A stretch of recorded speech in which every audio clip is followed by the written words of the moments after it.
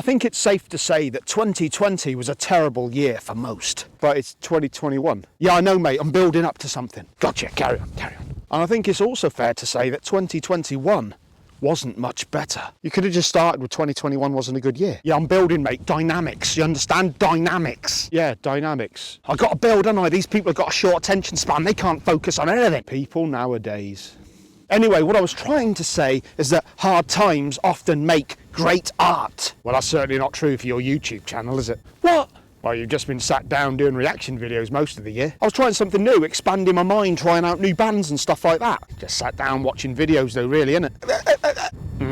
Well, anyway, bad times, good art, lots of good albums. I'm going to discuss them out here now that I've decided to do a walking video and it's so damn foggy that you can't see anything.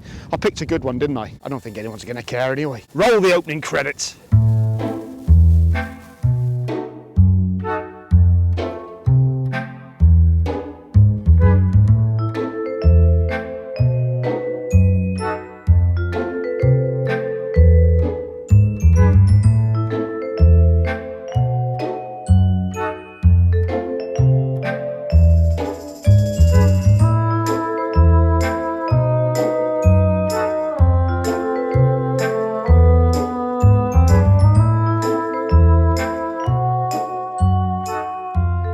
Okay, so welcome back to another video, and my first walking video in a very, very long time.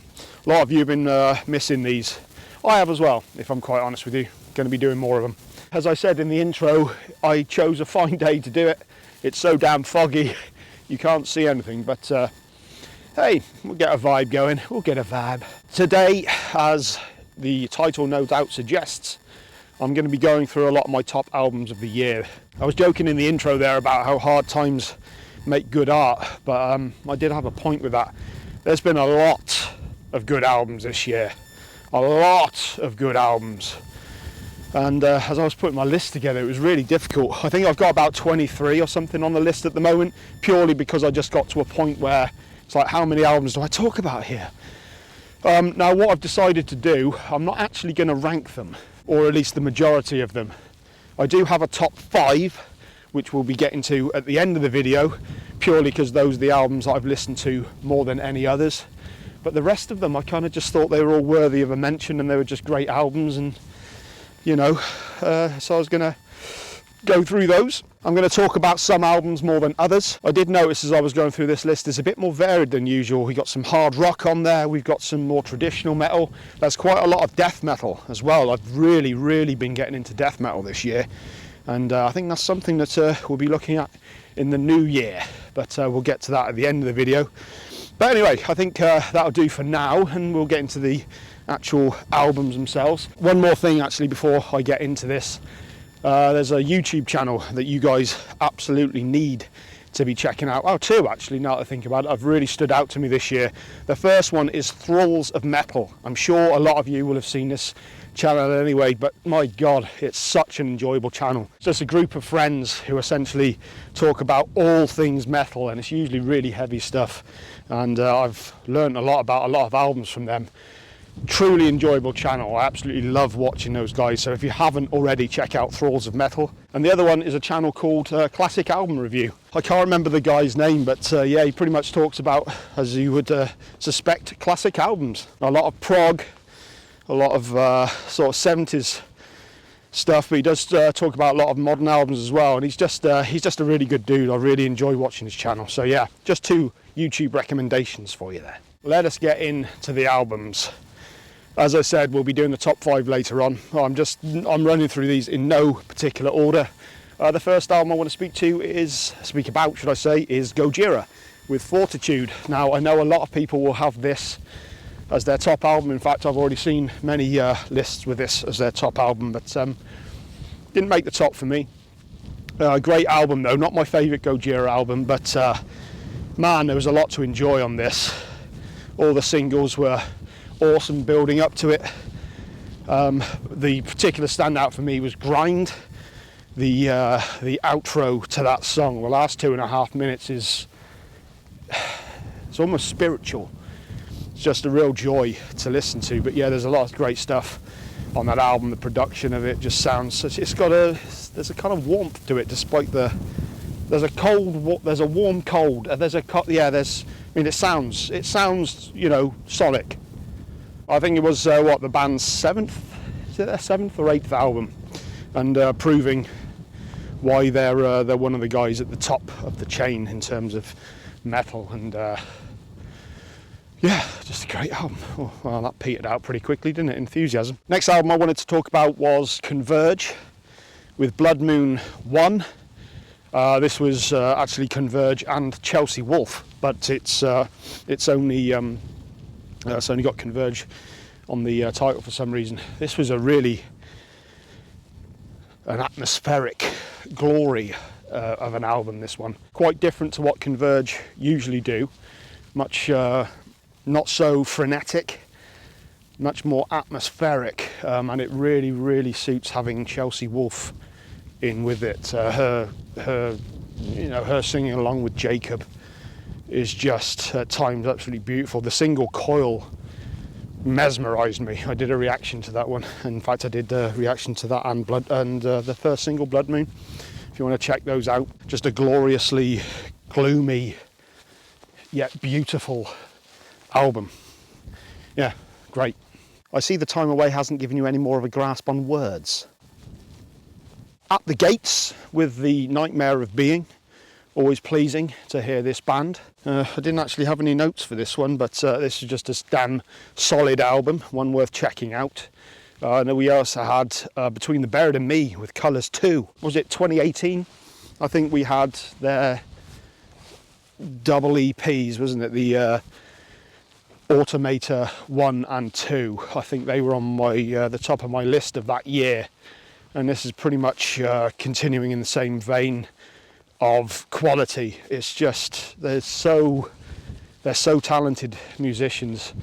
I'm so wowed by what musicians can do nowadays, man. But the technicality that these guys can do, those progressive flourishes mixed with the, you know, really crazy metal doom riffs, not doom riffs, you know what I mean. I know this was another one that was on the top of a lot of people's list, but not mine. Great album though. Yeah, great album. Then we have Ginger with Wallflowers. I enjoyed the singles on the build up to this. They're a band I should check out more. I did a review of their micro EP a few years back, 2019 I want to say. And I really enjoyed that EP, and I didn't really check out any more of their stuff. But I checked out this album and I absolutely loved it. There's a lot of Faith No More comparisons I get with this band in terms of how they switch things up and change things around. Tatiana, is that the singer? She has quite a good range on her as well of stuff that she's capable of doing, which really adds to it. And they're a band that I've definitely got to check out more of. I think something I want to do in the new year, actually, I want to spend more time going back through bands' discographies and really getting up to speed. There's so many holes in my knowledge. I mean, it's just... Another album I enjoyed a lot, and I don't expect to see this on many lists, was Slaughter to Prevail with Costolom. I did a couple of reactions to these songs, and it was just straight ahead. Kind of like deathcore, would you call it? I don't know. A lot of Slipknot comparisons, especially in the drumming. But I just really enjoyed it. It's just full-on, energetic, heavy music that is what it is and does it well. Alex Terrible, the front man, has got a pretty solid YouTube channel of his own where he does covers and all sorts of stuff. Certainly got a death growl on him, that's for damn sure. But yeah, this was another one that might be worth checking out if you haven't already. Iron Maiden with Senjutsu. I really enjoyed this one. I mean, it's Iron Maiden, how can you not? The production was a little off on it, I found. I didn't enjoy the production necessarily. There was a few songs that went on a bit too long. I didn't enjoy the whole album, but most of it was pretty damn solid. Bruce's voice was holding in there. Kind of feels like the band have maybe they've written the songs kind of with his vocal range in mind now, if that makes any sense. But yeah, I thought he did a pretty solid performance on this. Adrian Smith had some fantastic solos in this. I was really impressed with some of the solos. Not the best Iron Maiden album, but I mean, it's still Iron Maiden, and it's still a joy to listen to. I found myself sort of catching myself smiling a lot when I was listening to this album. I mean, it's still Maiden, it's still got all that traditional stuff that you love from them, and it's just, it's a fun listen. So yeah, Iron Maiden, Senjutsu. Maybe take a look at now some hard rock stuff. We had The Darkness with Motorheart. The opener, Welcome to Glasgow, says it all. You know, very much tongue-in-cheek. The band's still having a good laugh, and I think they're a very underrated band. There's a lot to enjoy in this album. They're just funny, but Justin Hawkins is a phenomenal frontman, and they're really, really great musicians. I'm really gutted because I actually had tickets to go and see them live a couple of weeks back, and unfortunately I couldn't go in the end. I was really gutted to hear that, but a couple of friends of mine did go to the show, and they assured me that it was absolutely fantastic, which I'm glad to hear, to be honest. You know, I don't want it to be shit just because I'm not there. This is an album I'm pretty sure most reviewers won't have on their list. Why did I go this way? And that is Bandmade with Unseen World. This is a band I'd never bothered with at all until I started doing my reactions. I got a lot of people recommending them to me, and they're a band that I have really, really surprisingly gotten into.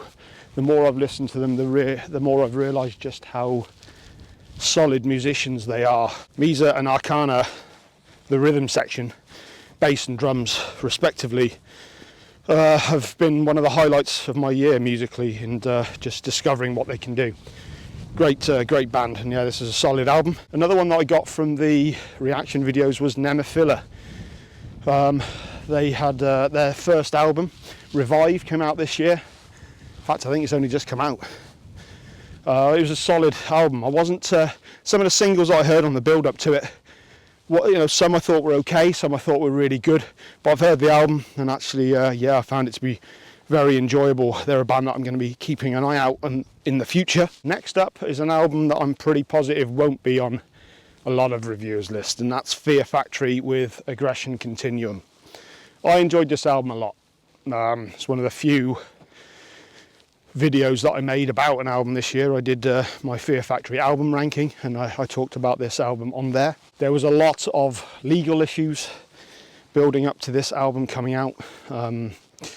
It's the last album that we're going to be seeing Burton C. Bell on, which to me pretty much means Fear Factory's done. I know that Dino is going to be carrying on and looking for other vocalists, but I don't know, for me, Fear Factory without Burton C. Bell is not Fear Factory. I'm sure that the music Dino puts together will be fantastic, but to me it won't be Fear Factory.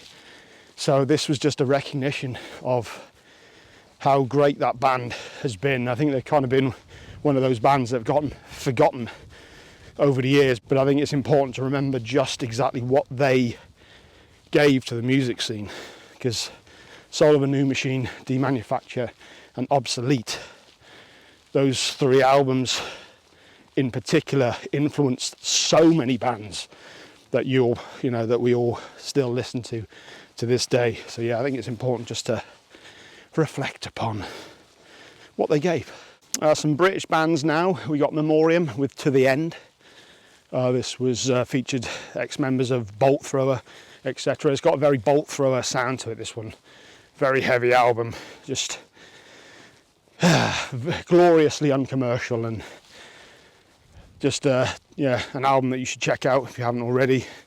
And then we got KK's Priest with Sermons to the Sinner. This is a really glorious album. I'm still getting into Judas Priest, but this album, I found to be glorious. This seems like full-on Priest at their most Priest, if you know what I mean. Yeah, so KK Downing, of course, doing his own thing with Ripper Owens, I believe, doing a fantastic job on vocals. This was just a fun, old school metal album. Great. I'm not sure actually how you pronounce this band. I don't know if it's Mole or Mole, but Mole we'll say with Diorama. Deafheaven released, was it Graphite Infinite, which I actually thought was a good album, but their Black Gaze side of things is pretty much all but gone. There wasn't much heavy on that album at all. So Mole with Diorama have very, very much taken that side of things. This was a glorious Black Gaze album. So lush, so atmospheric. Got these glorious sort of almost ambient guitar passages going then into like this frenetic sort of black metal. This was a really enjoyable album. I highly recommend that you check this one out. Now we're getting into some really heavy stuff. Archspire with Bleed the Future. I think it had on the front of the CD when I got it, brutal technical death metal, or brutal progressive death metal maybe. Either way, some of the playing on this is absolutely savage, so damn fast. The drummer is absolute beast. I think these guys are from Canada. This was, if you haven't checked this one out, check it out, you're in for a treat. My God, they play so damn fast, it's crazy. And yeah, they really, I think the album's like 29 minutes or something like that, but my God, it takes you on a journey, kind of Rain in Blood-esque in that way, and just how much they pack into a short half hour there. Next up we have 200 Stab Wounds with Slave to the Scalpel.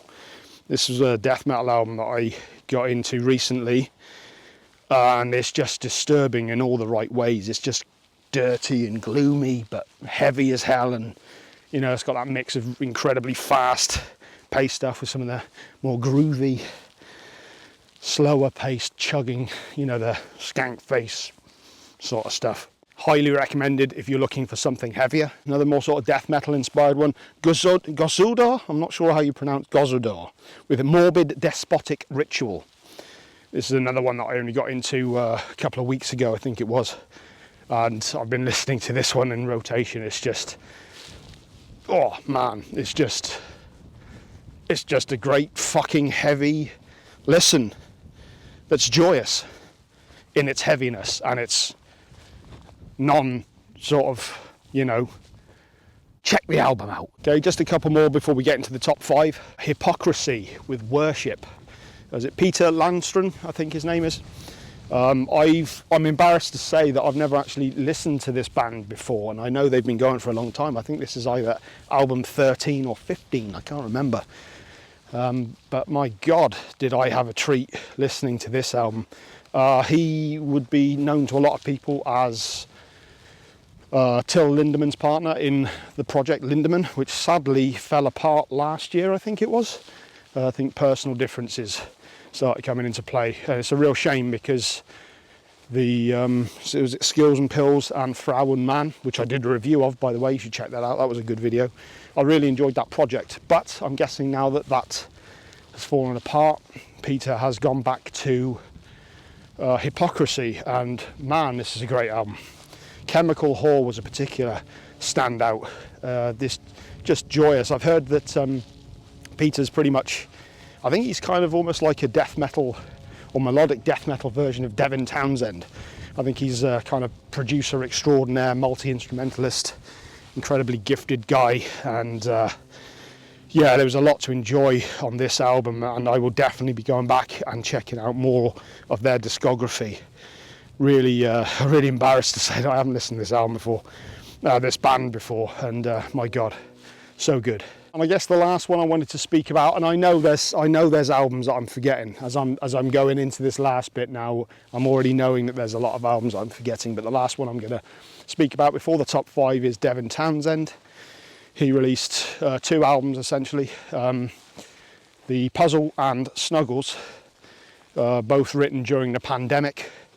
And I think originally, I think Puzzle was supposed to have been just released about a year ago. I think Devin put out a bunch of stuff on Twitter saying, hey, I've got a new album that's just going to be coming out tomorrow.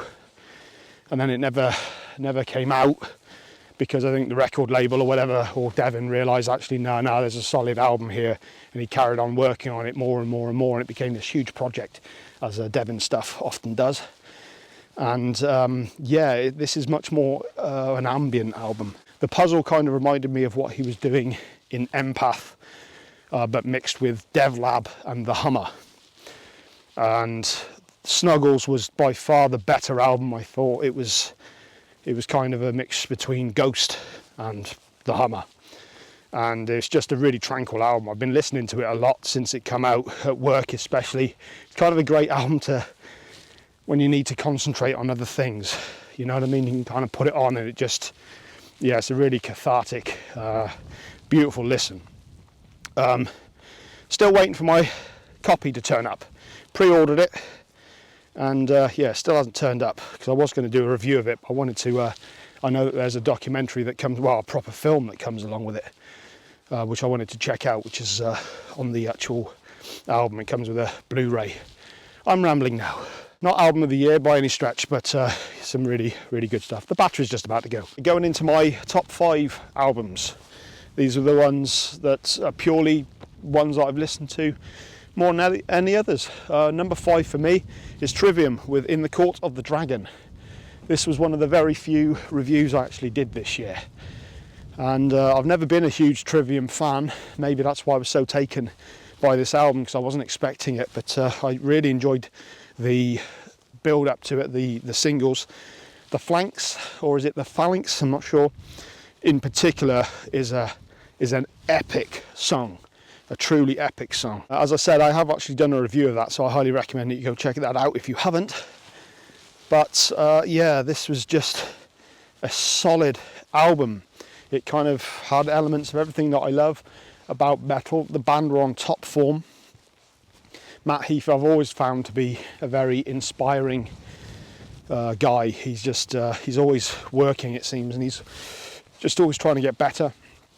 They used their downtime with the pandemic very wisely and released this album.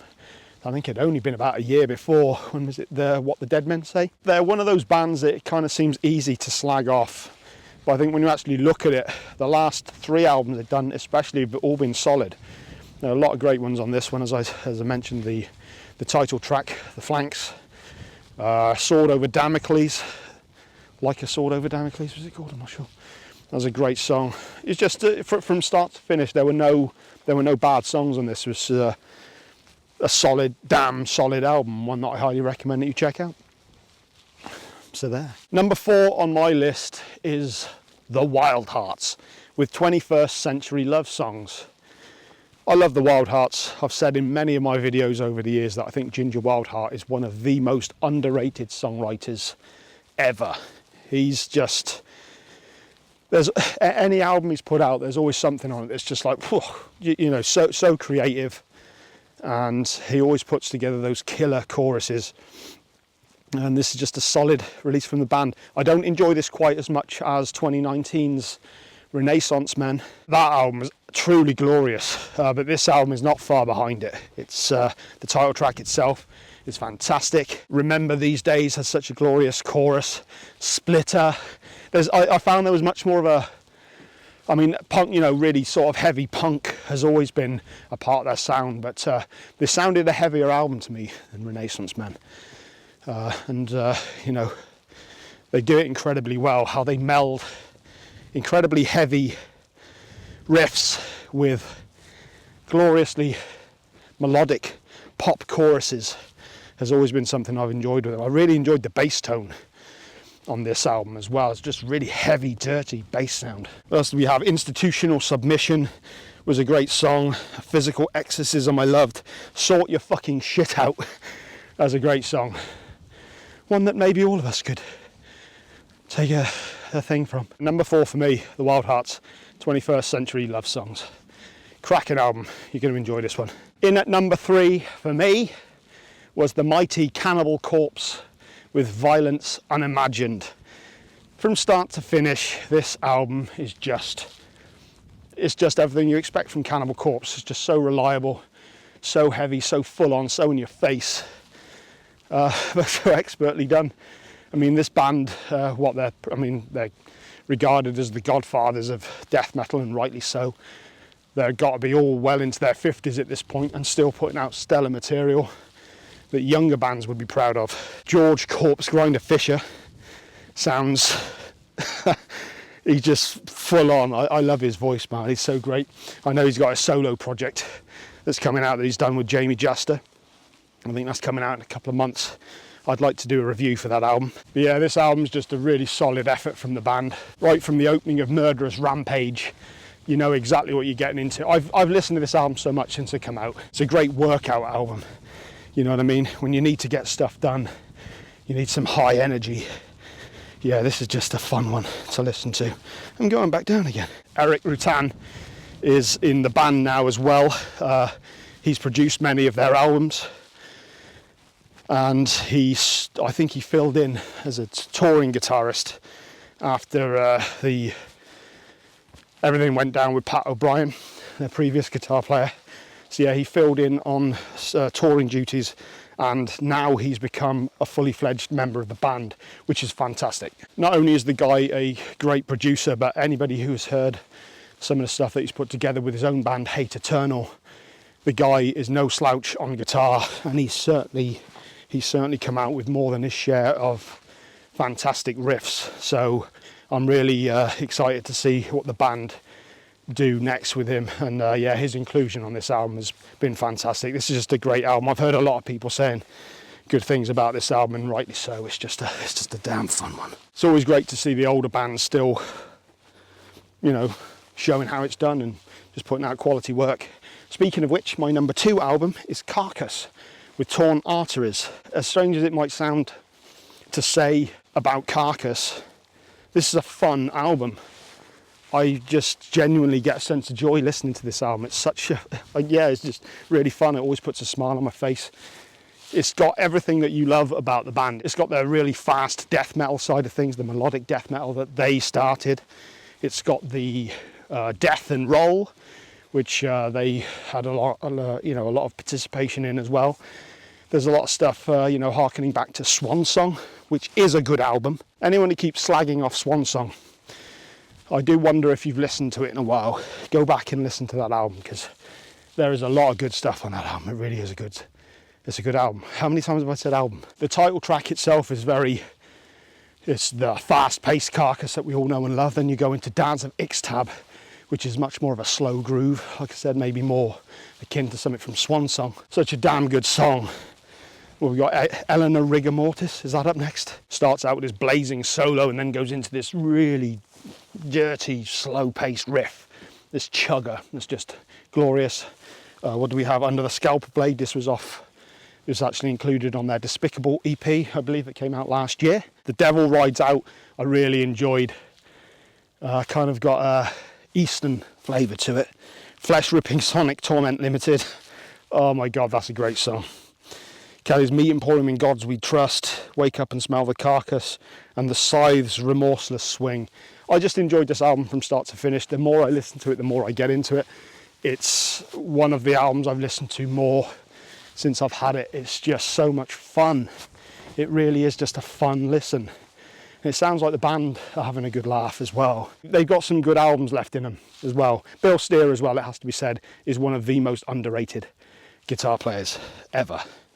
He's just so damn, he's a tasty guitar player, you know what I mean? He does really tasty riffs and some really just inspired leads as well. It's not just the generic bullshit shredding that a lot of faster guitar players do. He truly is a great guitar player. So yes, number 2 for me, Torn Arteries by the mighty Carcass. And my number 1 album of the year. My number 1 album of 2021, being that is what we're talking about. I'm sure a lot of you will have guessed it, because it's one I haven't mentioned at all, and that is Mastodon with Hushed and Grim. Again, another one of the albums, another one of the very few reviews that I did this year. I said in that review how, like many people, when I first listened to it, I wasn't particularly blown away. I remember the 3 singles that came out, Pushing the Tides. Thought it was decent enough, but I wasn't blown away by it. Tear Drinker, I was a little more impressed with, and Sickle and Peace I thought was a decent one, but I wasn't, you know, I had kind of low expectations, I guess, for the album. First time I heard it, I thought I would have probably given it about a 4 out of 10. I think by the time I did a review, my score had gone up to like 7.5. But the more I listen to it, it's just glorious. I mean, the album is, they've always been a band who take their personal tragedy and make, you know, they get some catharsis out of what they do. This was, of course, written after the death of their manager and good friend Nick John, who tragically passed away from cancer, I believe. And the album pretty much goes through the stages of grief. There's something magical about the album. The production of it has been done so damn well. There's just a sound, a vibe to this album that's just, as I said, the more you listen, the more you get engrossed. It's a double album. I think it's like over an hour and a half's worth of music, which I can understand why it was quite off-putting to some people initially, because it's a lot to take in. Pain with an Anchor starts things out with this. I mean, this song I got into straight away. It's again got this kind of magical, ethereal quality to it. Got some stuff that, you know, kind of initially starts out like something that could have been on the Cold Dark Place EP. We got a lot of Bron and Troy singing on it. Then we go into some more Remission style sludgier riffing, which does appear quite a few times on this album. A lot of people have said this isn't a heavy album. I disagree. It's heavy both in its, you know, in its subject material, and there is a lot of heavier stuff on here. Yeah, this is a fantastic start to the album. The Crux has got some great riffs in it. Troy sounds awesome on this one. The aforementioned Sickle and Peace. A lot of the singles as well I found really sat well in the context of the album, much more. Teardrinker especially, I've really come to love that song now. My God, that's such a good one. More Than I Could Chew, The Beast, Skeleton, The Splendor. I mean, the first side is, well actually I was going to say the first side is, the first side has got no bad songs, but there aren't any on the second side either. That's one thing that I had in the review. I think at that point I'd really gotten into the first side, hadn't fully processed side 2. Now I have, and it's just amazing. I mean, the standout song on the album is Gigantium, which is the last song, which is just this glorious build. It's such a good song. It really is. Such a fitting end to the album. I think that this album is going to go down as a classic. I really do. I think a lot of classic albums, classic films, classic art in general are misunderstood at the time they come out. But I think, you know, as time goes on, I think they find their place, and I got a feeling that's going to be where people are going to be with this album. People who initially kind of wrote it off. I think if they give this one a bit more of a chance, a few more listens, I think they're going to find that it's, you know, I think some dickhead looking at me then. To be fair, I am in a field with a camera pointed at my face. Number 1 album of 2021 for me is Mastodon's Hushed and Grim. I will be doing an album ranking. I guess this is a good time actually to segue into what I've got planned for next year. This year's been an odd one for me in terms of this channel, because I've really wanted to come back to it for a long time and I haven't had the enthusiasm. I've been doing a lot of reaction videos because quite frankly they're easy to do, but they're not very satisfying. I do like doing some of them. I've certainly enjoyed discovering some new bands that I wouldn't have heard otherwise, and I will be doing more reactions, but it's not going to be, I don't want my channel turning into a reaction channel. I've worked too hard on it for that. One thing I definitely want to do next year is more album rankings. I enjoy doing those. The next one I'm going to be doing is Devin Townsend. Anyone who knows his discography, what, you know, the best part of 30 albums, something like that, that's easily going to be a 2-parter, if not a 3-parter. There's a lot of albums to go through and I've got a lot to say about all of them. The reason I got into that subject was because I mentioned Mastodon, and we'll be doing a Mastodon album ranking to see where Hushed and Grim fits into that. And I really want to spend some time next year going backwards, you know, going through a lot of music that I've missed, discographies that I've missed. I've really started getting into death metal this year. I've always kind of, you know, listened to a bit of death metal here and there, but I don't know, for some reason this year it's just clicked in my head. So I'm expecting to be listening to a lot heavier music next year, and there's a lot of stuff that I've got to check out, a lot of discographies that I've got to go through, and when I've gone through that, I'll be doing album rankings of those bands. I've mentioned this a few times, but I keep meaning to do a series of the albums of my life. So for example, I was born in 1976, so I want to start out by doing a video with the albums that I was listening, not listening to in 1976, but my favourite albums from that year. I thought that would be a fun one. And also I mentioned Thralls of Metal, that fantastic YouTube channel that I've discovered. They've had a lot of really great ideas. I don't think necessarily all of them were theirs. They've kind of taken ideas that other YouTubers have done and have kind of encouraged other people to do, like, album versus album, band versus band type sort of thing. It's just sort of really fun. So maybe as we go through the new year, I'll get into that. I would like to do some new album reviews, but it's been really frustrating. The reason I don't do them anymore is because it's more and more difficult for me to get hold of the albums prior to them coming out. When you do these reviews, in order for them to get the most views, they need to be as close to the release date as possible, because literally within a day or two after the album getting released, the interest plummets and you just don't get the views. I'd like to say that I don't do this stuff for views, but that would be bullshit. I want, if I'm doing these videos, I want as many people to watch them as possible. But yeah, I'm finding it more and more difficult to get the albums ahead of time, and you need time to process this stuff. There's nothing worse than listening to an album on the day of release and then trying to form some opinion of it straight away to just get a video out for the sake of getting a review. It's it sucks. So that's why I kind of want to do some more of the album ranking stuff, and concentrating more on older bands and stuff that's been out for a while, and stuff that I've got time to do and I can do it at my own pace. But having said that, I would still like to do some album reviews. Man, I've waffled on. This has been a very unfocused video, this one. I think a lot of you will probably realise this is the first one I've done like this in a long time, and I guess I'm a little out of shape, so to speak. But I've definitely found my enthusiasm for doing these types of videos again, and I want to do more of them. I've missed doing these walk-in videos, so I know it's kind of what makes my channel unique.